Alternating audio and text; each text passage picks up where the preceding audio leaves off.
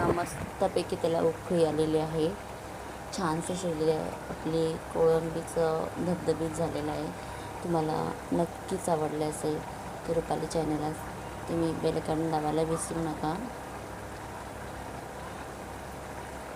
Comment करायला विसरू नका आणि कशी आवडली ती नक्कीच मला कळवा तुम्ही.